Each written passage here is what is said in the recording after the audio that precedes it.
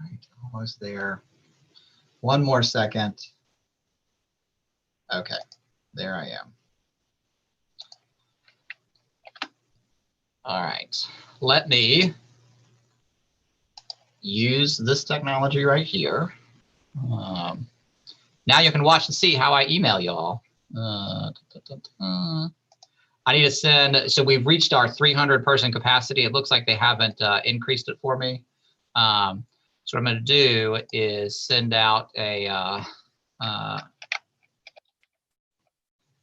link so that people can watch it on YouTube.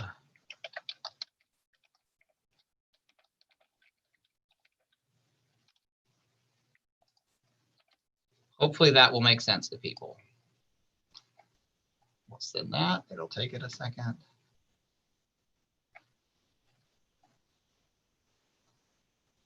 And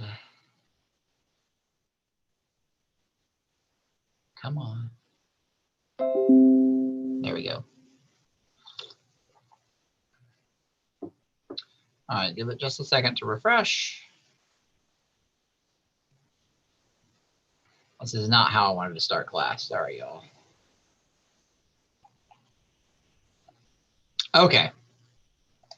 So for those of you who are here, welcome. For those of you, so right now, if you're paying attention, we have reached the capacity of our Zoom call. They were supposed to increase above 300, but we're at 300.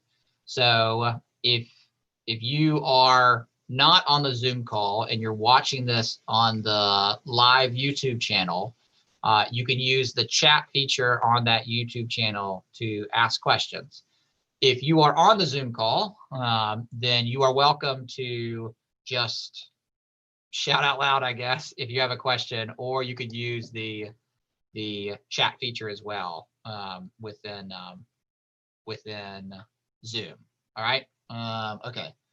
Let me make sure that I'm all set up here. Where's my chat window? There it is. Okay. So let me get into our course. Oh, goodness. This is a hot mess right now. All right, so all of you are in Finance 302. Specifically, everyone listening to this call is in section 3 of Finance 302. If you've watched some of the introductory videos already, you understand that this class is going to be a AV online class where all of the lecture content is recorded are pre-recorded in little digestible bits and found in these learning modules here on Blackboard. So that's how you will learn the material. Then every Thursday, we will have a lab session where you can come here at this time at 3:30 to come on a Zoom call like this, and we will provide some supplemental instruction. We will work through some problems. We will help answer questions. It'll be an additional time or additional period where you can watch or you can get some interaction with either myself or a TA to get additional instruction. These lab sessions, completely optional, right? And so, sorry, I'm seeing a chat. These lab sessions are completely optional, okay? So, you know, I will take attendance at the lab sessions, but that's done automatically through Zoom. You're not graded on attendance. It's just for my record. We'll never do any kind of assessment in the labs, and any material that's covered in the labs or material that is covered online is the only material available for testing. So the labs really are optional, right? Now, that being said, the labs are really a valuable resource, right? I mean, when we look at the grades from the course last year, students who attended the labs regularly did more than 10 percentage points better on their final score, their final letter grade, than students that did not. So there is a huge value to coming and doing the lab. So just keep that in mind. A couple questions. Someone asked, will it be on Tuesday and Thursday or just Thursday? The labs are going to be just Thursday for now, right? If during the semester there's a need to do it Tuesday and Thursday, we're open to that. That's not a problem at all. We're going to start with just once a week because that's what seemed to work last semester. That's what the students seemed to enjoy last semester. So Thursdays at 3:30 is the lab time for this section, section 3. So this is the only required Zoom meeting we have the whole semester. Well, I don't know if it's required, but I'm glad you're here. And so, yes, that's technically correct. You do not have to go. Those labs are optional. Now, look, I'm saying that with a big old caveat, right? They're optional, but they're incredibly helpful. So, you know, do keep that in mind. Okay, there we go. That's it. So that's the general structure, right? Online content in these learning modules, optional labs on Thursdays here at 3:30. Labs are also offered on Thursdays at 9:30. You're welcome to go to that if you want to. If there's space restriction, that might be a problem. And so, but labs are offered 9:30 and 2:30 on Thursdays. It's the same lab, so you go which one do you want. Questions on that? Does that make sense?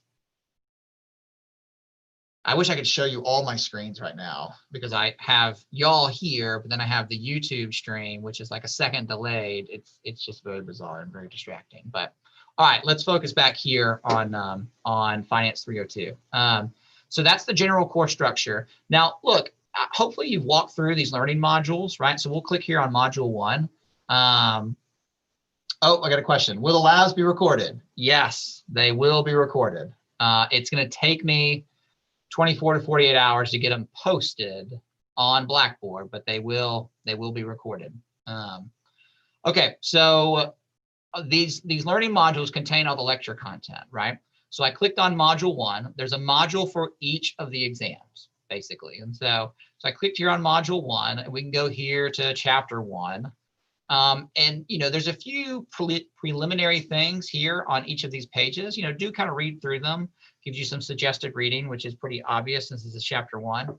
But look, here are your lecture videos right here. Lecture video 1, what is finance? It's 2 minutes and 38 seconds. Areas and activities in finance, 4 minutes and 23 seconds. These are short, digestible bits. It's not, you know, an hour and 15 minutes of me rambling, though I think that would be amazing, but it's little digestible bits that allow you to take the course in small chunks so that you really understand what we're doing here in Finance 302. So I think that y'all are in a very optimal position with the kind of content that we have here in the learning modules. Let's see. Someone asked, are the exams online or in person? Do we have Zoom on Tuesday at this time or just Thursday? It's just Thursday for right now. The exams are gonna be online, but we'll get to the exams here in a second. So I'll be able to answer that question here in a bit. All right, let me go here back up to the top and come to the course syllabus. So I want to point out some specific things about the course and kind of highlight the important parts of the syllabus. You know, one of the most important things that you can do this semester is read this document, right? I mean, you don't have to read it, you know, every single word, but get the idea of each section, right? Because this is your agreement that you and I are making about how this course is going to go. And so, so starting off here is my blanket COVID statement that's on everyone's syllabus, so you can kind of read through that. Here are the me and my contact information. Here is Miss Lee. Annie Lee is our TA.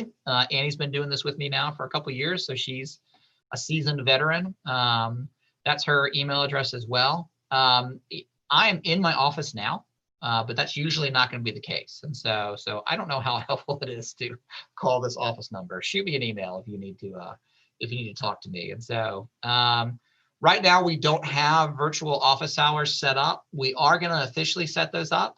but we're just trying to see where all the cards fall with classes and when people might have needs. And so I will post those hopefully here by the end of the week. So let's move on to course materials. Two things that you need for this class. Number one, you need the textbook, Financial Management Core Concepts by Raymond Brooks. That also comes with a subscription to My Finance Lab, which is the homework platform that we're using here in this class. I'll show you how to access that. This is an access granted course, which means you have access to the course materials today, and they get billed to your student bill. I'll show you that here in a second. The other thing you need is a financial calculator. Where is mine? I don't see it, but I have one here on the computer. A financial calculator looks something like this. It is a specialized calculator that has built-in finance functions. I know it seems frustrating that you have to buy a special calculator for this class, but this thing is going to save you a tremendous amount of time. The one that you see on the screen is the Texas Instrument BA2 Plus. It's what I use in this class. It's what I use in all the lecture videos. There is also the HP 10BII. That's a very popular calculator. Either one is fine. Either one will get the job done here in this class, but it is required that you get one of these because it's just going to make your life so easy, right? So that being said, do look for those. The Soup Store has it. You can order one online. Walmart carries them. You know, they're 20 to 30 bucks, or you can get a used one for even cheaper than that. And so, yeah. So those are the two required materials. Now, let's talk a little bit about the text. You come back here to the course homepage. You see there's a link that says course materials. These instructions and this link will enable you to get the access code that you need for getting access to My Finance Lab and the e-text. So once you follow these instructions, you'll get an access code. You'll get billed to your student bill for the course materials. Then you come over here to My Finance Lab and enter in that access code. That's how you get the course materials. People ask all the time, is there a cheaper way to get the course materials besides doing the access granted? Really, no, because these materials come from the publisher. And so this is, since we buy in bulk through access granted, you get kind of the best deal. So yeah, questions on materials? No? All right, keep it going. We talked about the course structure, so I will answer questions for that if need be. Let's keep going. Communication. So there's a discussion board on Blackboard, and the discussion board right now has two forums on it. One is an administrative forum where you can ask questions about syllabus, course content, grading, that sort of thing. And then there's one about content related questions where you could ask questions about the lecture material that we cover. Posting questions to the discussion board is the easiest and fastest way for you to get a response.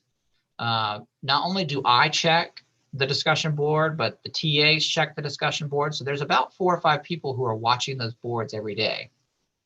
So if you post a question, you'll probably get an answer to it relatively quickly. So that's nice.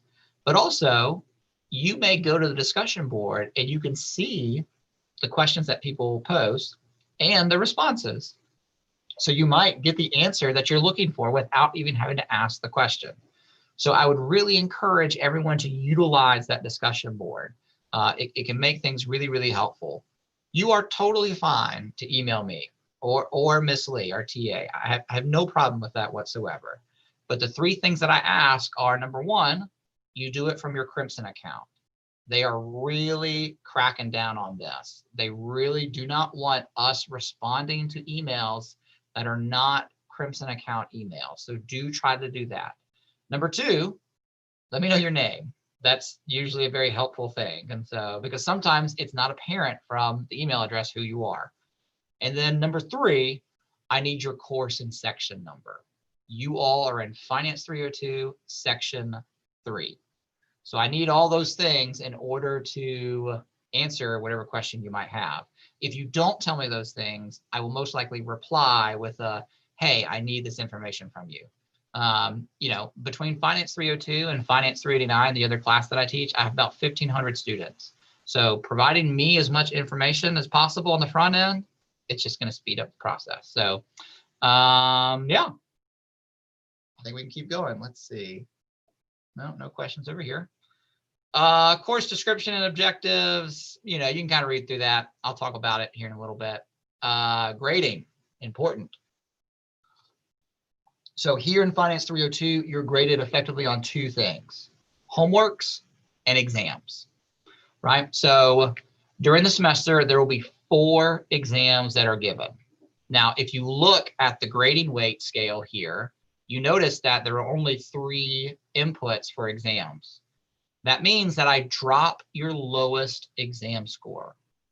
So out of the 4 exams that you take, I will drop one of them. And then those exams that remain enter into your grade differently. Now, there's a couple reasons why I do this.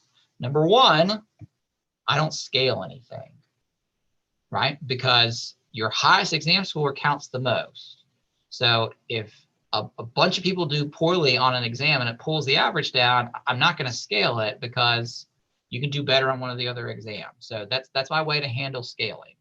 Number two, it allows me to not be the judge of excuses, which we'll get to that here in a second. But so that's how your exams enter in, and then your homework average is just the straight average of the homeworks that you have, and that counts for 25% of your grade. And so, yeah, it walks through about how to calculate that. Here's a little formula on how to calculate that as well. One more thing is this last italicized and bolded statement. Well, it's actually right before that, excuse me. All scores on any assessment are rounded up to 1 decimal place. And here are how the final letter grades are determined. So any score you get is going to be rounded up to 1 decimal place. So if your homework average is a 92.91, that's going to get rounded up to a 93. But if it's a 92.81, that's going to get rounded up to a 92.9, right? So everything gets rounded up to 1 decimal place. And that's how we calculate all the grades. Okay, questions on the scale? Very good. Somebody dropped out. We only have 299 in the call now. That's all right. Okay, I'll go quickly through this. I give 4 exams. We talked about that before. They're all the same length. You'll have 75 minutes to complete them. 3 exams will be given throughout the semester, and then there'll be 1 non-comprehensive final exam. So all those exams are going to be administered using the Lockdown browser with monitoring. So they'll all be online. They'll all be taken through Blackboard, and you have to use the Lockdown browser with monitoring. If you haven't done that before, it's where you use a special software called Respondus Lockdown Browser, and a webcam records you while you take the exam. It's a little creepy, it's a little Big Brother-ish, but that's what we have to do in this kind of climate. So we'll have some practice exams that you can work through to make sure your system works well, but that's the general idea of taking the exams. Right here, the exams will open approximately 24 hours prior to their due date. So what that means is you will have a 24-hour window to take an exam, but you have to take it by the due date. So we'll see those due dates here in a second. This last paragraph here, I will come back to here in a little bit. So this table right here is the various due dates for the individualized exams and when are the topics that are covered, right? So the first exam is due Tuesday, February 9th by 5 p.m. Central Standard Time. Everything in this class is due at 5 p.m. Central Standard Time, not 11:59 p.m., 5 p.m. at the end of the workday. And so just be mindful of that. So I have some questions. Is the final optional? I'll come back to that. So hang on. If we have another course that uses access granted, do we have to pay for it more than once? Caroline, I don't know. I think you have to pay for each publisher. So if you've bought the course materials, I know that Pearson only allows you to buy course materials for semester intervals. So you might have to pay for that again. Is the Lockdown browser something we need to download? Yes, you do download it from Blackboard. It does have instructions. I have a lecture video that walks you through it. It's not that bad. Oh, y'all are answering your own questions. That's fantastic. And so I just have to hang out then and just chat. And so, all right. So those are all the exam due dates. We'll keep it going. Okay, exam makeup policy. This is a little harsh. Sorry. I don't give any makeups for any reason. If you miss an exam for any reason, that is your drop grade. You get a 0, that's your drop grade. You can read through this statement, right? And you are all smart individuals and you can see what it means. So I'm just going to leave it at that. But if you miss an exam, that counts as a 0, that's your drop grade. The good news of that, and this gets back to the question about the final exam, if you have taken exams 1, 2, and 3, and you are happy with those grades, guess what? Don't take exam 4. You'll get a 0, but that's your drop grade. And so it allows you to effectively opt out of that exam 4 if you so choose.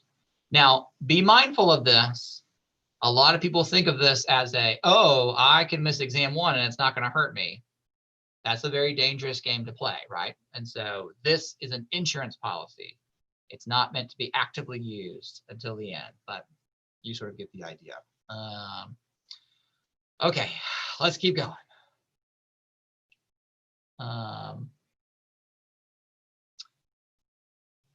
Someone asked on YouTube, can we arrange to take the exam early if we need to? The answer would be you have 24 hours before that due date. So if you see here an exam that's due Tuesday, February 9th at 5 p.m., it will open Monday, February 8th at 5 p.m. So you could take it at any time in that 24-hour window.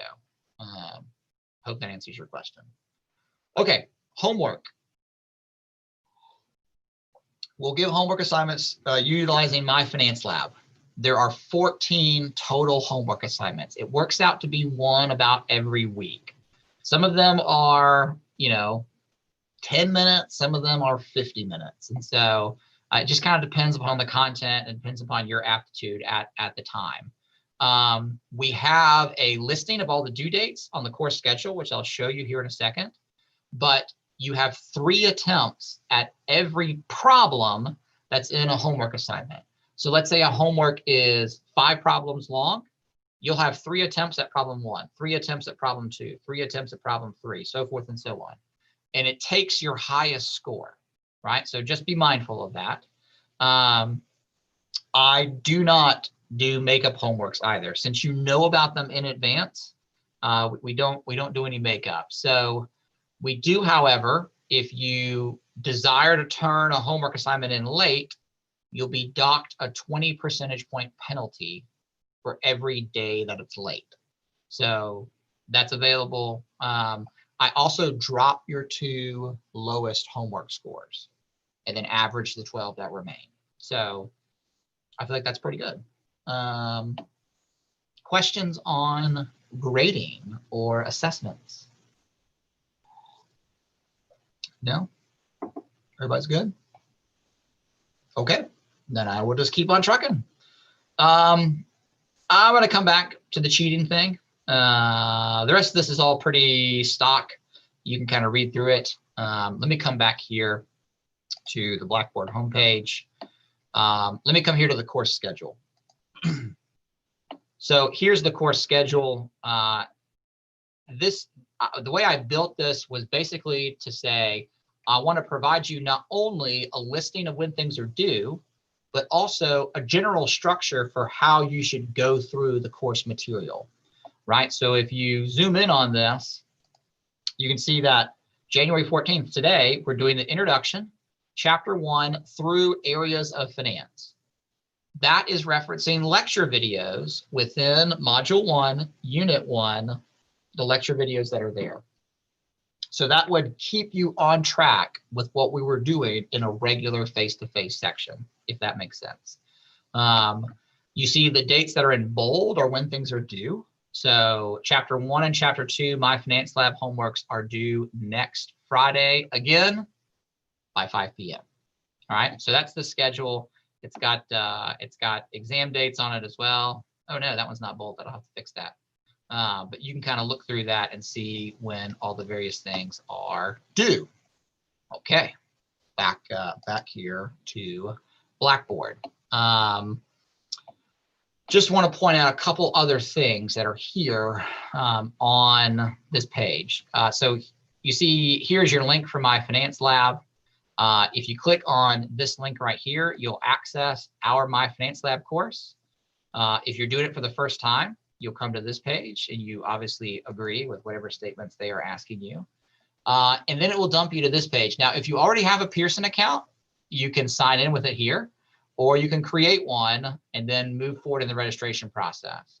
But once you either create an account or sign in, the next screen it's going to bring you to is a screen where you can either A, buy the My Finance Lab package, which you don't want to do, or B, enter the access code, which you got through the access granted system. So that's how you would access My Finance Lab. Next week, I'll put up a video about some of the helpful tips and tricks with My Finance Lab. That way, that'll get you a little more information. And so, does the homework have to be taken at once, or can we save it and come back to it? You do not have to take it all at one time. You can do it piecemeal, step by step, question by question, and it'll save and you can come back to it. So it doesn't have to be all done in a single sitting. That's a very, very good question. All right, let's keep it going. Virtual office hours, again, you click here. That's how you access me. The discussion board we talked about. All right, what time is it? It's 4 o'clock. Okay, I can keep going with this.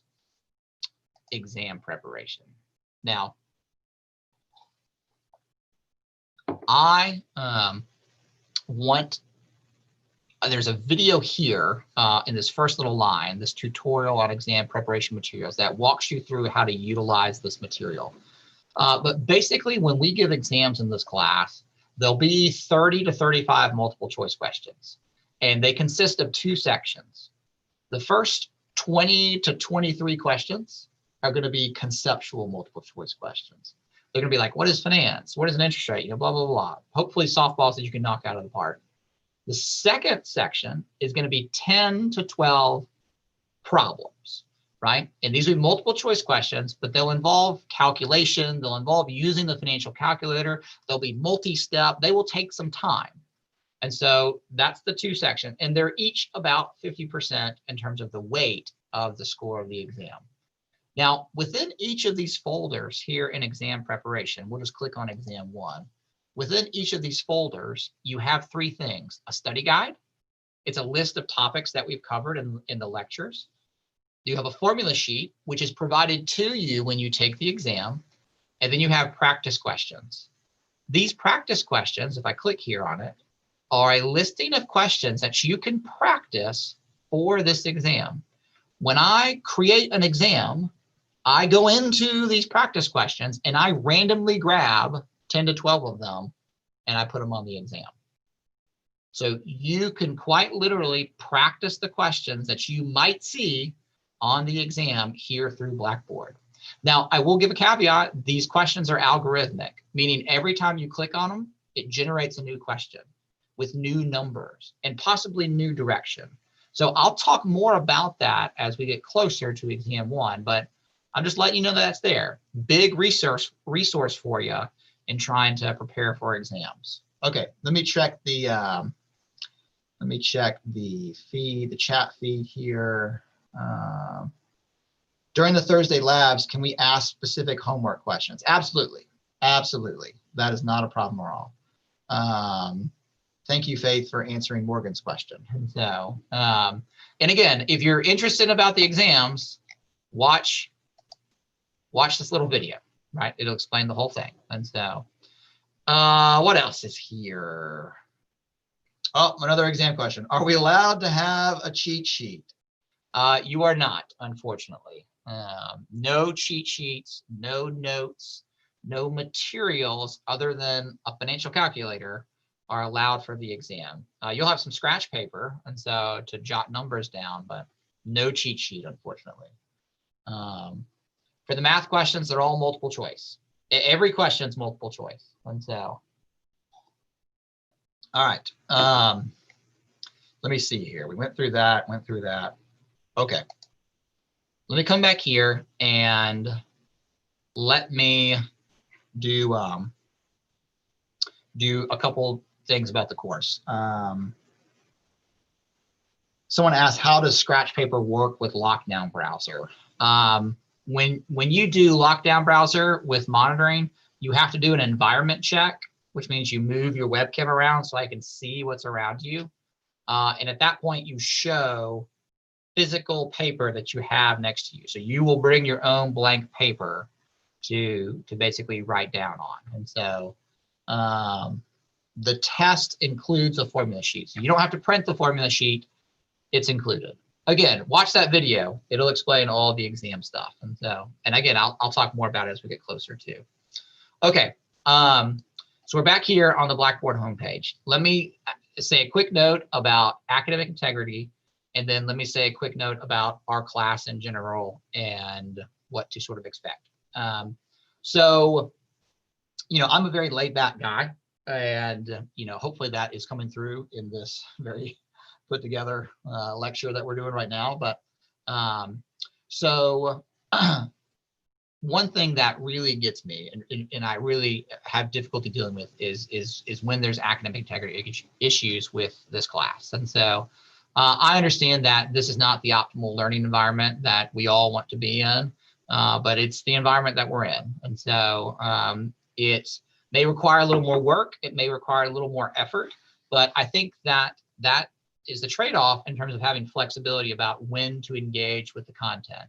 So that being said, you know, throughout the semester, Blackboard and YouTube and Respondus and all these platforms that we work with, they all collect data on you when you're inside. Not like your personal data, but things like at what time do you access Blackboard? What do you click on? And then where do you go from there? And even with YouTube, we have information on how long do you watch a video for? Did you skip around the video? What time did you start watching it?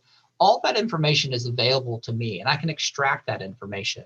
Now, I say that from a standpoint of from time to time throughout the semester, you might get an email from me, and that email will say something to the effect of, hey, just checking in on you.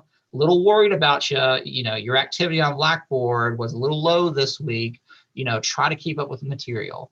Those emails are just little nudges, right? Since I don't see you twice a week, it's hard for me to interact with you.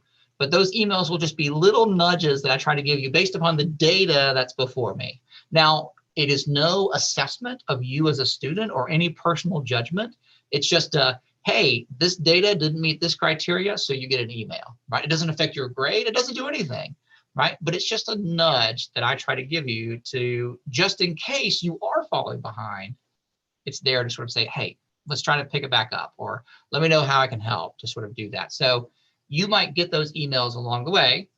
Don't worry when you get them. And so I just want to make you aware that that might happen from time to time. And so, so that being said, let's talk about 302 and just the general spiel for this class.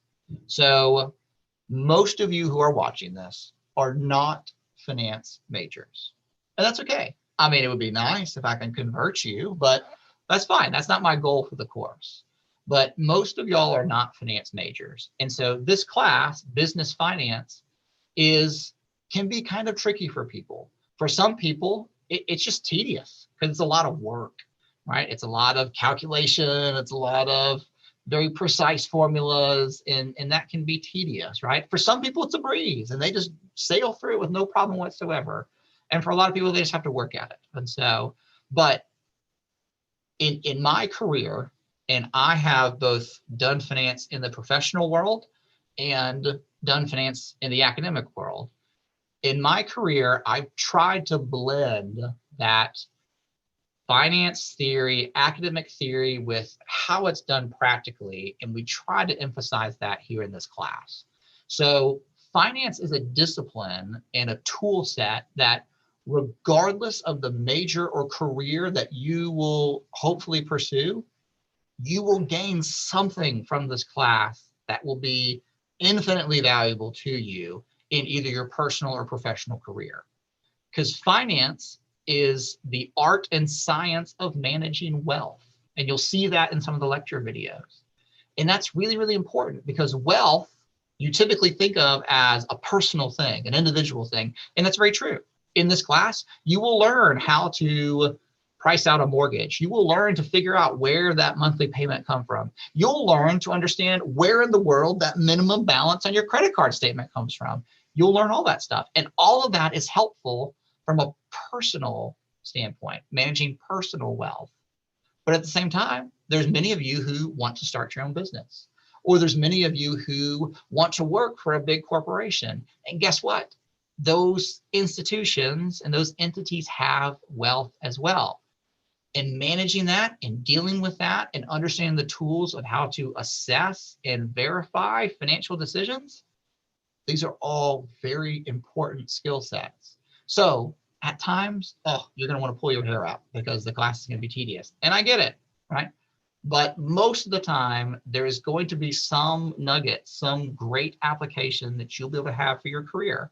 And I really think it'll be an enjoyable process for everybody, most everybody. And so, except for you accountants, you're not going to enjoy it at all. I'm teasing. And so, okay, I think that's my general spiel. Let me make sure I looked at all that. Okay, so here's how I would like to finish. In a second, I'm going to say you can all go. But if you want to stick around and ask questions, feel free to do so. All right. So that being said, the next time you and I will all meet is going to be Tuesday for the virtual lab on Tuesday. All right. Tuesday at 3:30, right, when this class is scheduled to be. So that's the next time that we'll have one of these Zoom calls. Okay. Oh, no, I'm sorry. Thursday. Sorry. My bad. Next Thursday. I'll send you an email about it. All right. That's one other thing I failed to mention earlier is every week you're going to get an email from me updating you on what you need to be doing this week. So it usually comes on a Sunday or Monday. That's just another nugget to look forward to. All right. Any big questions? Thank you. Have a good You're one. welcome. All right. Thank you. Thank you. Thanks. Thank you, you, sir. Thank you. Thank you. Thank you. You're welcome. Thank you. If you want to stick around and ask a question, you can feel free to.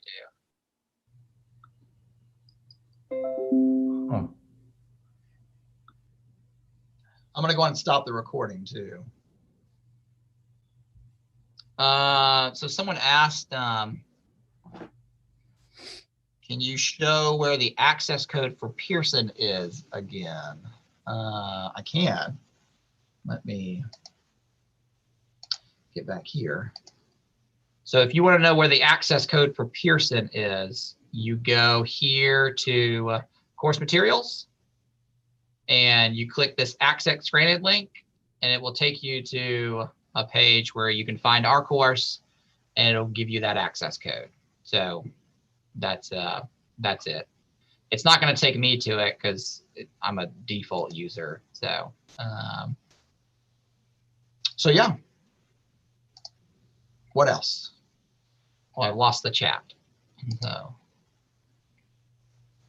stop the share. Are you able to work ahead? It looks like a lot of videos are already uploaded. So yes, you can theoretically work ahead. I mean, all the video content's up there, like for the whole semester. So if you want to learn all of it today, knock yourself out. It's about 21 hours of content. And so great, you could do that. You could do all the homeworks early, but you can't do the exams early. The exams you can only do within that 24-hour window. Let's see. You mentioned you worked in professional finance world. Where did you work? So I worked for an investment bank. When I was in college, I went to school at an institution that's a little southeast of here. Not a little, a lot, but and yeah, I got an undergrad in econ and a master's in economics, and then went to work for Lehman Brothers, and was there almost 3 years. And if you are savvy, you can understand why I was there for almost 3 years, because in the 2008 financial crisis, they became insolvent. And so thankfully for me, I was already desiring to get out of that firm, not because I saw the end coming, but because I had a big interest to come back to the South. New York was eating me alive, and so I had got a job doing risk management for a hedge fund, and so I switched over. So yeah, but then in doing that, when I worked for them, I had to teach a class. The fund was based in Birmingham, and the senior the senior partner, the senior member, the senior founder of the fund was on the board at Birmingham Southern College. It's a little liberal arts school for Birmingham, if anyone's familiar. Anyways, so he, because I was a low man on the totem pole, he told me that I had to teach a finance class 2 days a week at BSC. And yeah, I really loved it. And so I decided to go back and get a PhD and do this all the time. And so I get to chat with wonderful people like y'all. And so yeah, what other questions?